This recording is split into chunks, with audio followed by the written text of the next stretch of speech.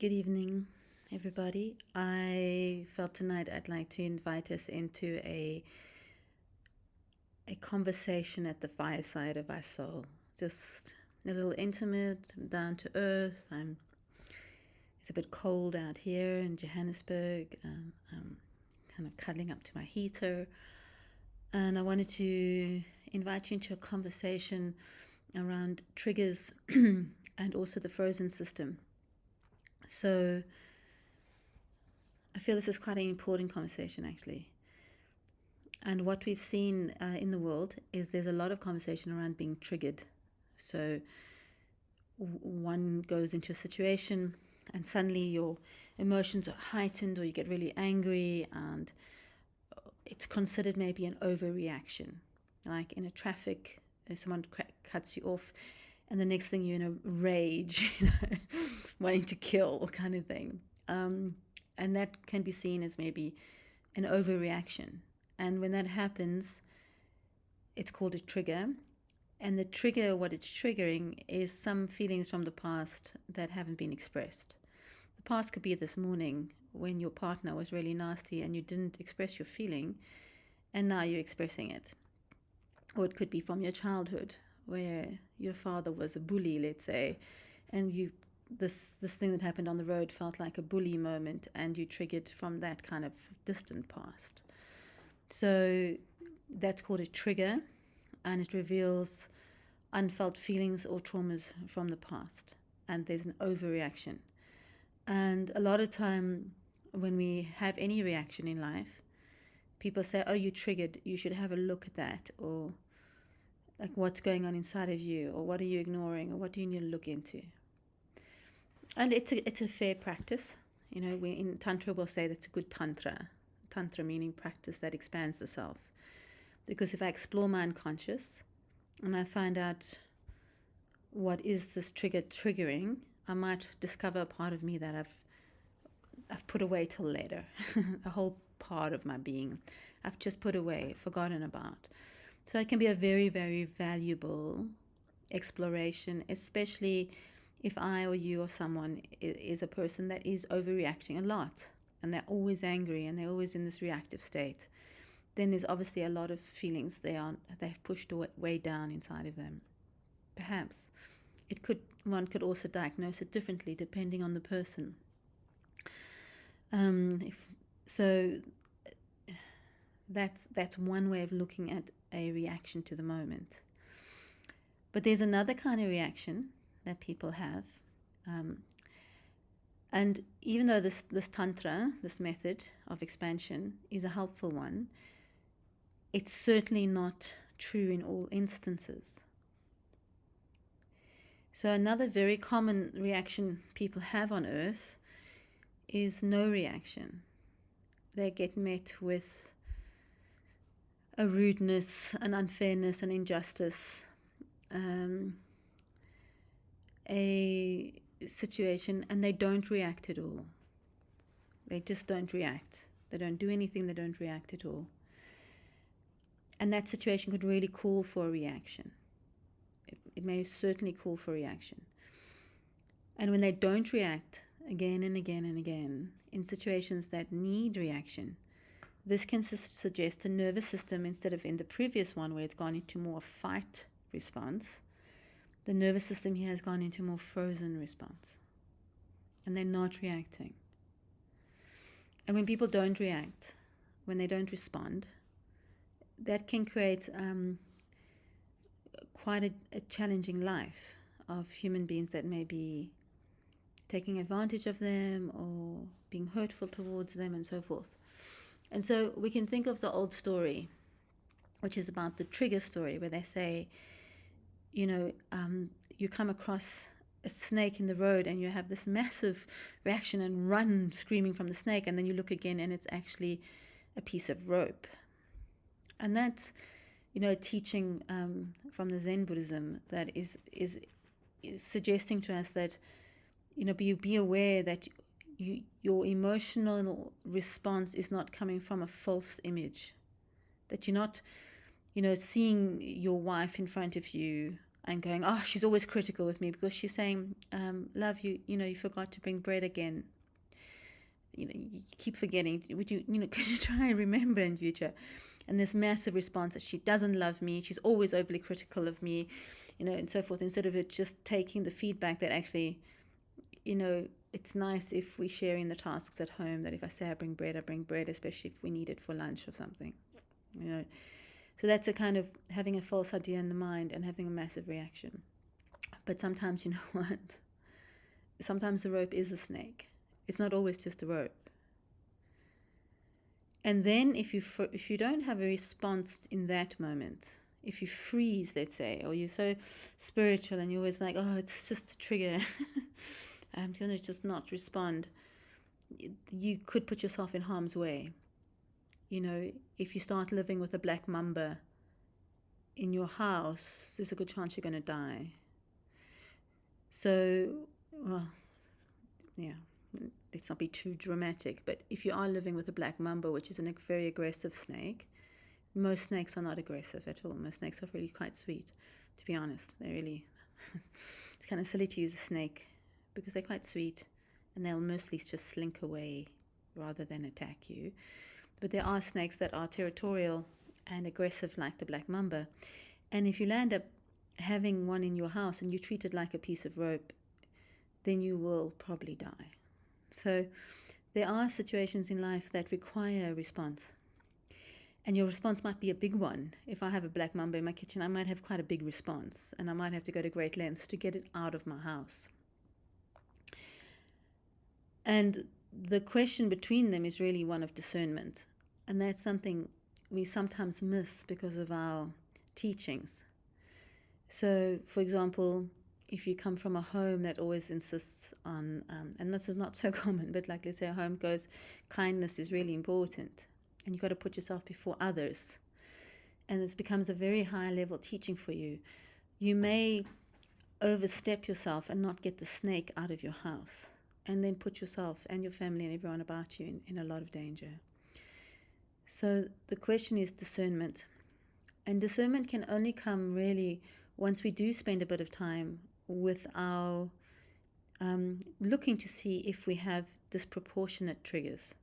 Meaning someone stands on my toe and I respond with a punch. There's a disproportionate response. It suggests something for me to look at in my unconscious, in my past. That's still present. If we don't look at our past, it becomes our destiny. So we have to spend a bit of time looking at how we respond to things. And if we are overreacting, we have to look at that and clear that a bit. But if we're underreacting, we might have to look at our nervous systems. We might have to do some compassionate work towards our vagal nervous system, our vagus nerve. The nerve, it's the 10th cranial nerve of the brain. It descends just underneath the medulla, and then it goes into two, splits into two, and weaves through most of the organs of our bodies. The main function of it is to receive information and send it to the brain. And then the brain receives the information and then responds to what's necessary. But sometimes, through troubles in life, that system can get a bit confused. The vagus nerve can get a bit contracted or held. And it's helpful for us to go into situation, go try and reinvigorate or bring some love to the vagus nerve. And one thing they found is the vagus nerve actually likes to be sung to. They say that because it stimulates the vagus nerve in the throat, but I like the more poetic understanding that the nerve itself, the being, the vagus nerve, which is a very intelligent part of our body, likes the song. So it likes the ums and the voos and the airs, and you sing this into your throat, but you can also direct it if you're having a trouble with an organ. You can pick a sound. You could go to the qigong sounds or something, but you can also just pick the and you can direct the into, let's say, if you're having a kidney issue or something, into your kidneys. Or you can go to the qigong sound and use the hu sound. This is not really a lesson in the sounds that we can use. It's a suggestion that if you wish to start to move out of the frozen state where you find I'm not responding, to a situation like a black mamba in my kitchen. If I'm not responding to that, I remember this one time I was at a garden and there was a little bit of an incline, and there was an elderly person in a wheelchair on the incline, and they suddenly started rolling down the hill, and no one moved. Like, no one moved. I jumped up and caught her, but no one else moved. And it's just like, wow, our culture is in a bit of state of freeze. We don't respond. We can see that when we get, forced to take vaccinations which haven't been properly explored by the manufacturers, which then result in great illness to people or deaths in children and stuff. And we're facing that in the world at the moment, where people just go by and do it, and they don't question it, or there's a war happening and atrocities are happening, and everybody just keeps on, playing tennis or something, having dinner with friends.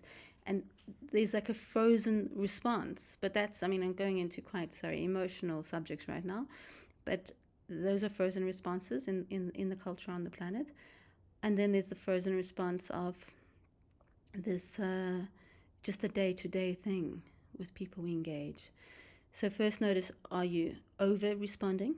You have to look at yourself honestly. Do you overreact? That's one. Then there's one direction to go to. Or do I underreact? And there's another direction to go to. Now, overreaction is quite a deep investigation into the unconscious realm of yourself.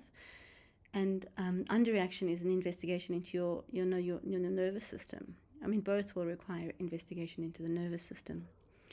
And trying to come back into a regulated nervous system, where in the Buddhist understanding they often talk about, right livelihood and right action. And I'm going to talk about right or correct response.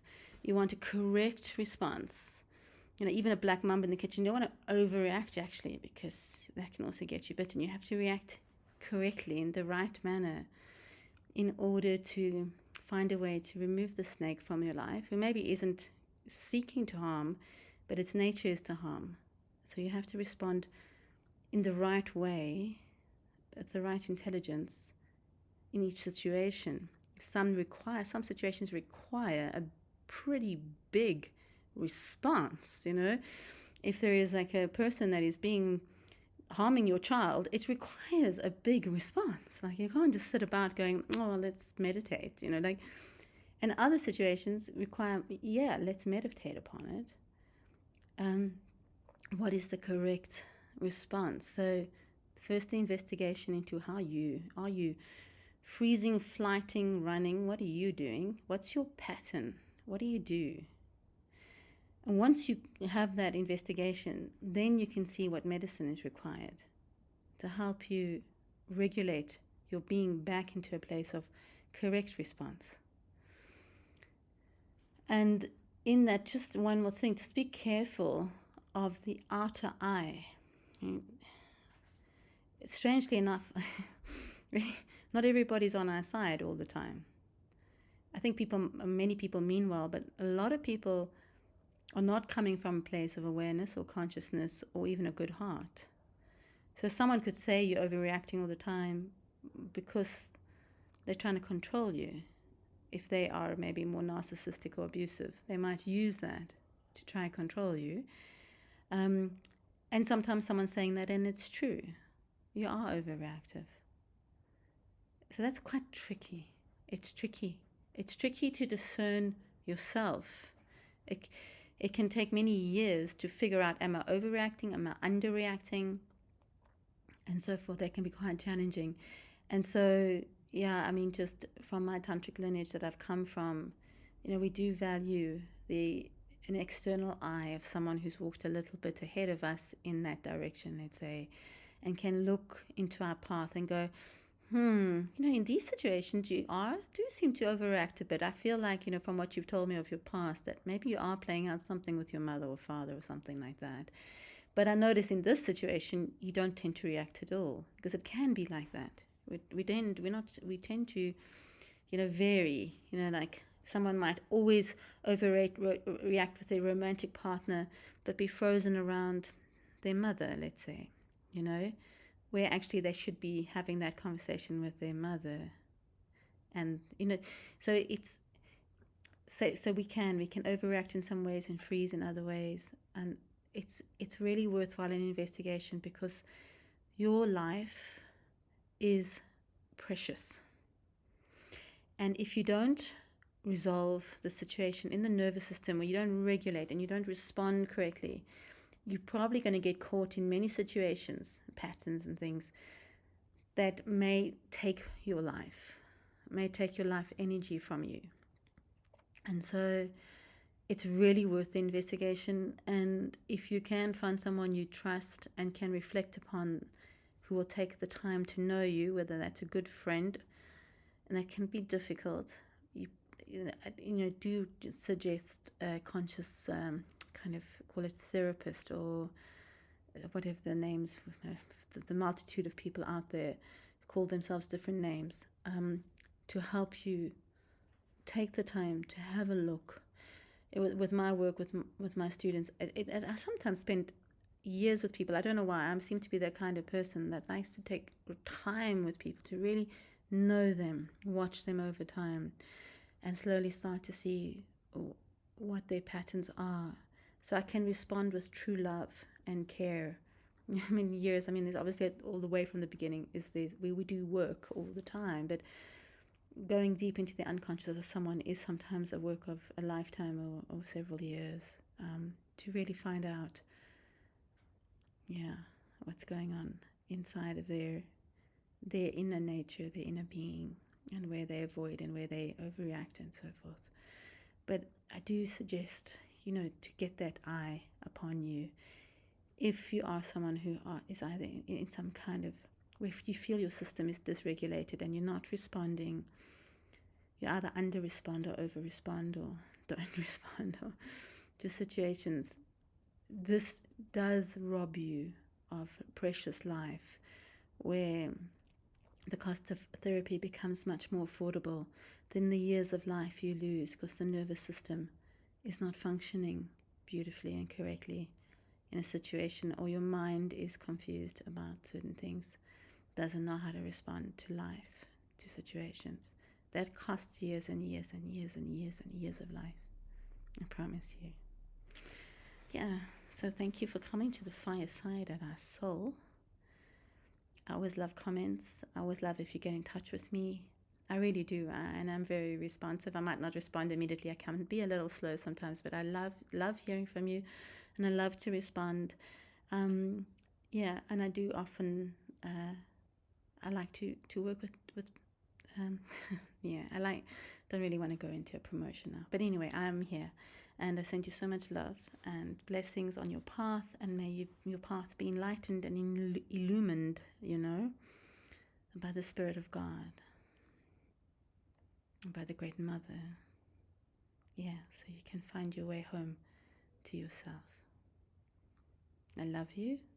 Namaste.